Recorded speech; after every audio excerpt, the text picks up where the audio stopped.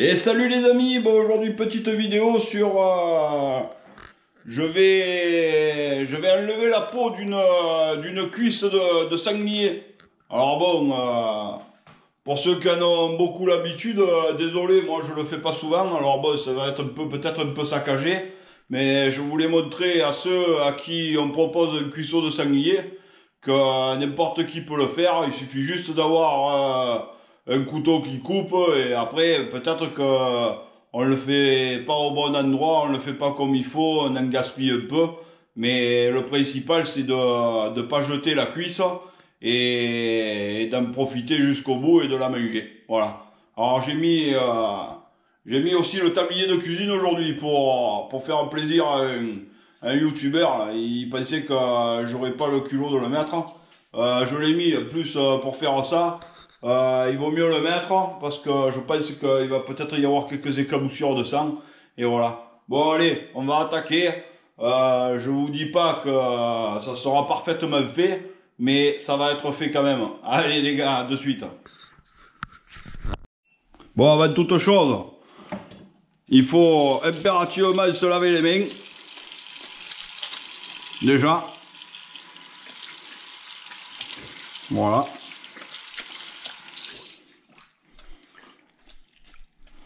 Ça c'est fait. Ensuite, on va attaquer par enlever d'abord toute la peau et après on démontera on enlèvera la viande de l'os. Voilà. Bon allez, c'est parti.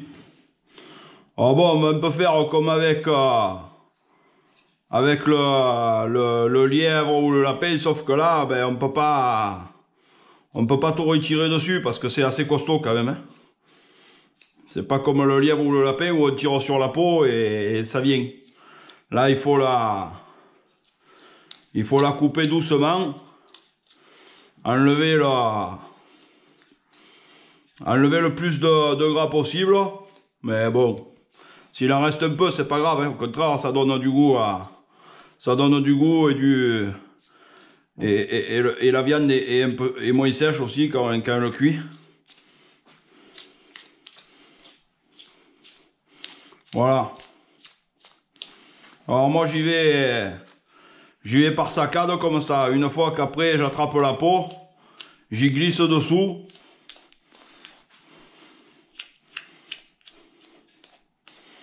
Voilà. Alors à partir de là, je m'arrête, je le ferai après.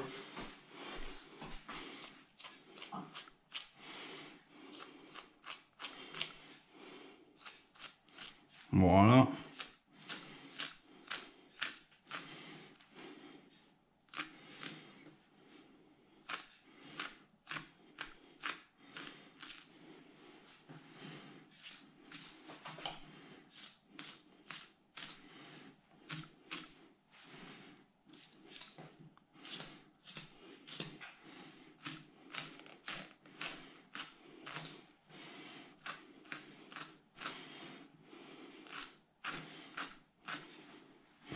Voilà.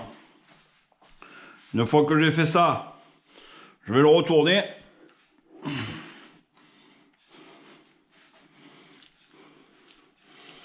Et là, je le tiens bien fort là et je coupe dessous. Voilà. Vous voyez, c'est pas l'enfer non plus à faire, hein.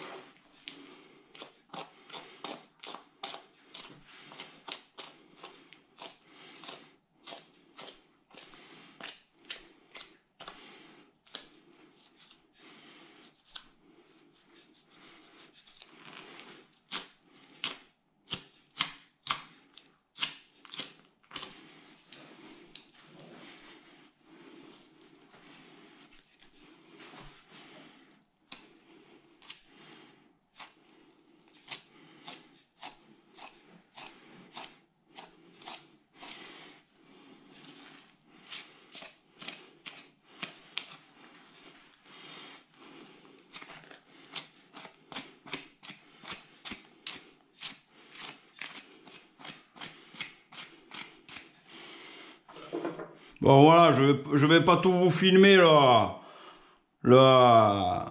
Le dépassage parce qu'il y en aurait pour un petit moment. Je vais arrêter, je vous remonterai tout à l'heure quand je serai presque vers la fin. Voilà. Bon voilà, là maintenant que j'ai bien dégagé le jambon, je vais attaquer au-dessus. Alors là au-dessus, comme on peut le voir, il y a une grosse épaisseur de couenne. Alors ça, moi je l'élimine. Tout en gardant un peu de gras, hein, ça fait pas mal, hein, ça fait pas mal. Toutes les parties trop grasses comme ça, moi je m'en servirai pour faire de la daube.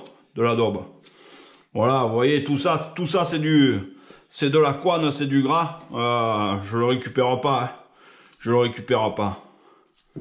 Là, j'arrive en haut, là, je dois être sur ce qu'on appelle pour le cochon, c'est la partie du filet mignon, là. C'est un très bon morceau, ça, hein. C'est un très bon morceau. Alors celui-là, je vais essayer de le récupérer. Voilà. Oh, et comme vous pouvez le voir, hein, c'est pas sorcier de faire ça, hein. Bon, il faut juste un peu avoir un peu de la place et pas avoir peur de toucher la viande, et voilà, hein, et voilà.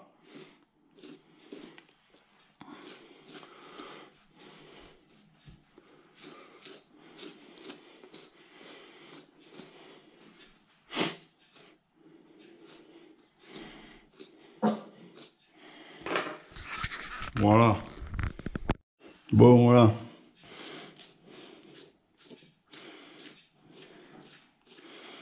On ne doit pas être loin d'avoir enlevé toute la peau.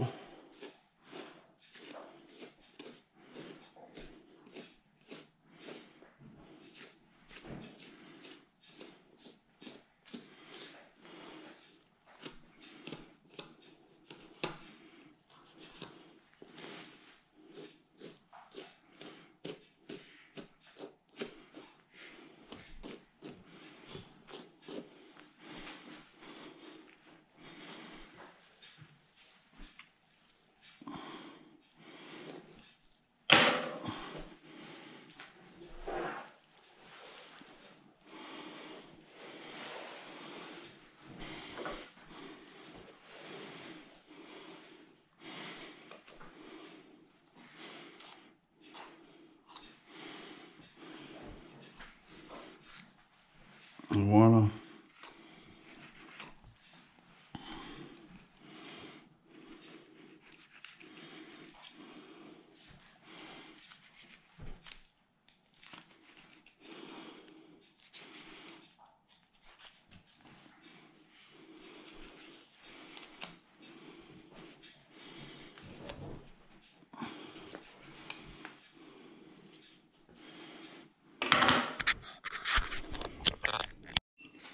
Bon voilà, là je tombe sur l'os de la queue. Du coup là, j'y mets un petit coup de sécateur. Au moins voilà. Voilà.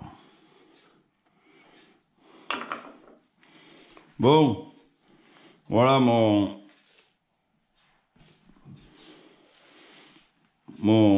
jambon et mon morceau de cuisse est prêt. Voilà. Bon voilà, alors moi pour faire ça proprement, je vais le passer un peu sous l'eau pour enlever tous les poils et un peu le vieux sang là. Et au moins après je pourrai repartir sur quelque chose de propre.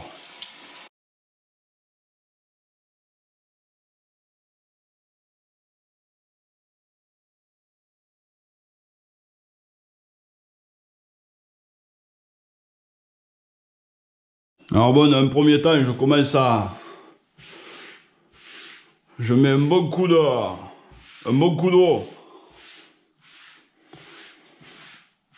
à ma table ou à mon plan de travail. Premièrement, pour enlever les cochonneries, pour pas que le sang s'incruste, et au moins on travaille sur du propre. Bon, c'est reparti. Alors avec mon couteau, j'enlève un peu si je vois un peu des veines, quelques amas graisseux.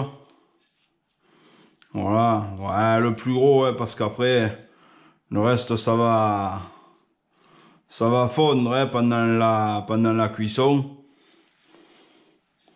Voilà, ouais, histoire qu'il n'y en ait pas trop, mais il faut quand même des fois en laisser un petit peu, hein, Voilà, moi. Ah, ben si on a que de la viande, c'est que mieux. Mais des fois un peu de gras, ça donne un peu de... Ça sèche moins la viande. Et c'est meilleur, Voilà.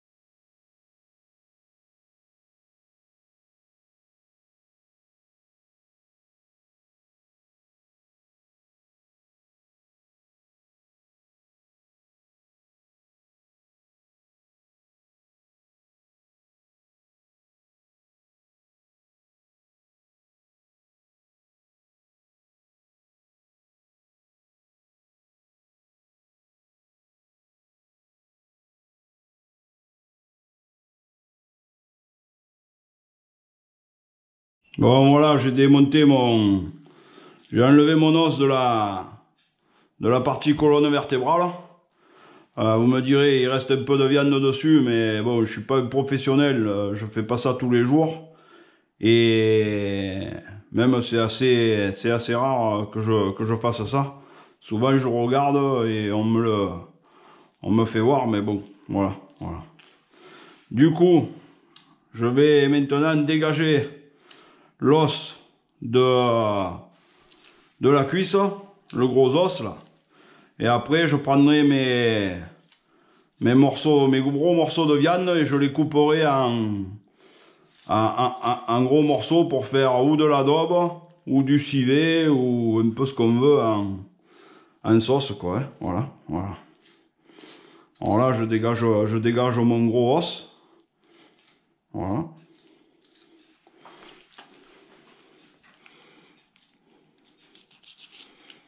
Alors bon, vous voyez, c'est pas non plus c'est pas non plus super dur à faire, hein, c'est juste un peu un coup de main et voilà quoi. C'est sûr que quand on le fait 2 ou 3 fois par semaine ou régulièrement lors de battues ou quoi, c'est sûr qu'après on a un petit coup de main, on sait comment faire, mais bon. Moi je préfère en laisser un petit peu sur les os plutôt que de gaspiller un beau morceau de viande comme ça.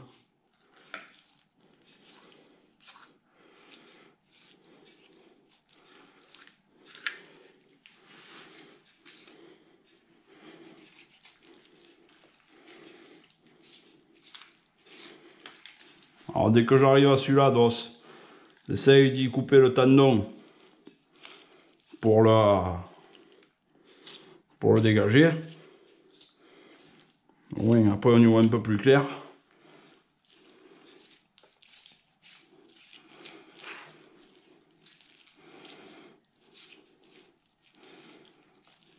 Voilà.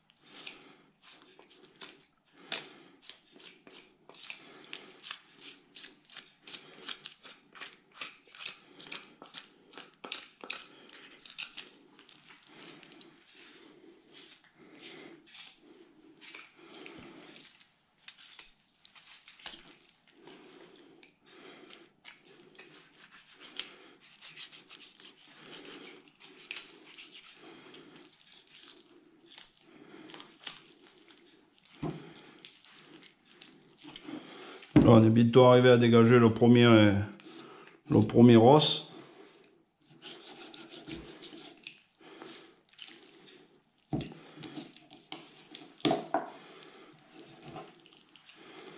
C'est souvent quand on fait ça, ce type de manœuvre qu'on se dit, c'est vraiment, ils sont vraiment costauds les sangliers.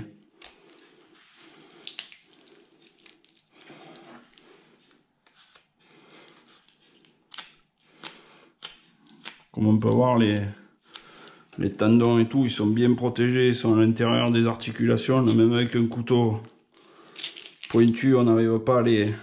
On a du mal à les choper. Voilà le premier os. Alors là, les morceaux de cartilage, là, ça, il vaut mieux y passer 2 minutes dessus et essayer de bien les enlever pour pas qu'ils se retrouvent dans la viande et qu'on se casse une dent. Hein. Voilà.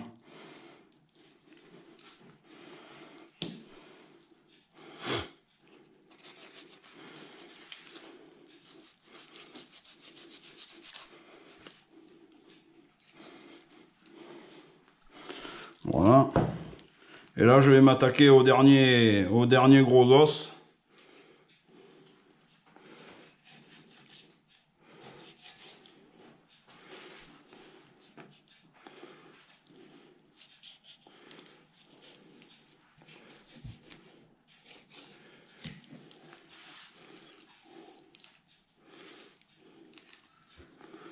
Alors là, comme on peut le voir, ça c'est du dur, hein. N'essayez pas de le récupérer. Du coup, on vient y récupérer le beau morceau de muscle qu'il y a dedans. Voilà, on voit qu'il y a un gros nerf. J'aurais bien aimé l'enlever.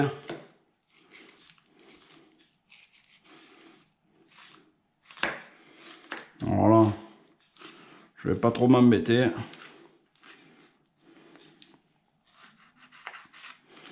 Voilà. Alors là, puisqu'on l'a vu, on va l'enlever. On va aller le chercher dans le morceau. Voilà. Alors ça c'est souvent un peu galère à choper parce que ça vous glisse des doigts. Et c'est souvent là que... Bon, voilà. Vous voyez, ça c'est ça de moins qui gênera quand on mangera. Vous voyez, c'est beau ça. C'est beau. Ensuite...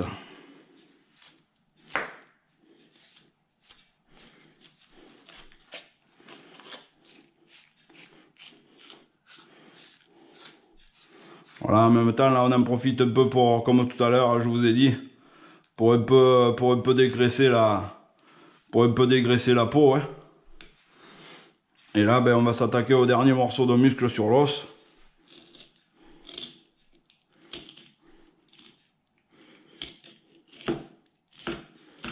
Voilà.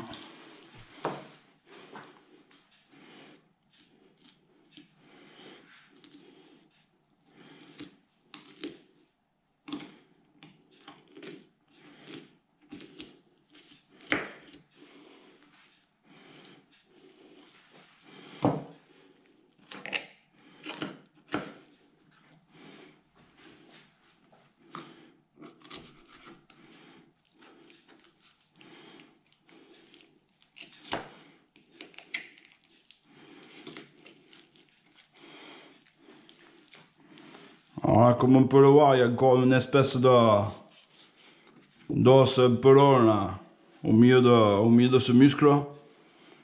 On va le dégager.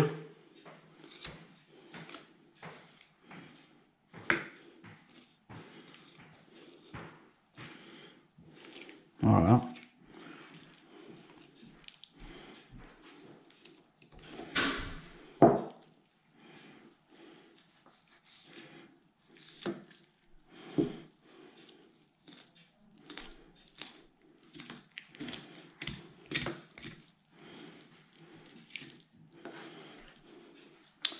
Et voilà, on l'a eu. Alors bon, c'est un peu galère hein, chaque fois.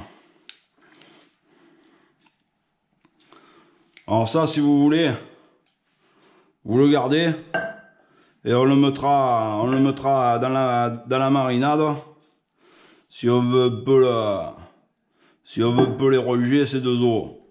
Il y a un peu de viande dessus et ça peut donner que du goût. Voilà, voilà. Ensuite, voilà le morceau de viande complet. Alors là, si on veut un peu, comme d'habitude, y enlever un peu du gras pour faire des jolis morceaux que de viande, eh ben on peut le faire, hein, on peut le faire. Je crois que ça s'appelle un peu dégraisser de faire ça. Voilà. Hein. Là, on voit qu'il y a une espèce de morceau de nerf. Là, on l'enlève.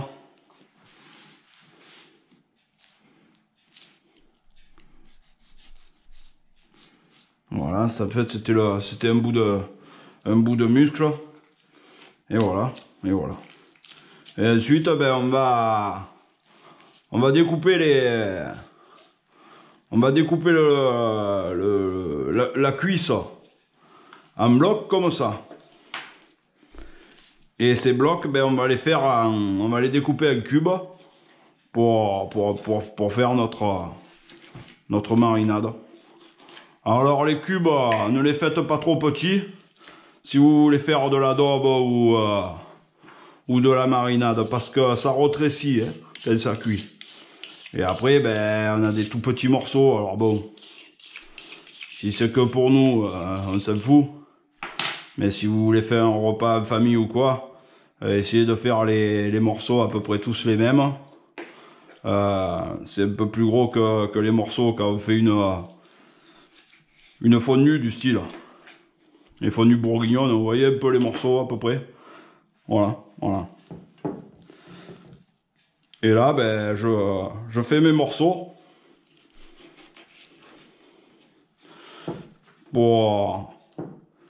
Qui feront ma marinade.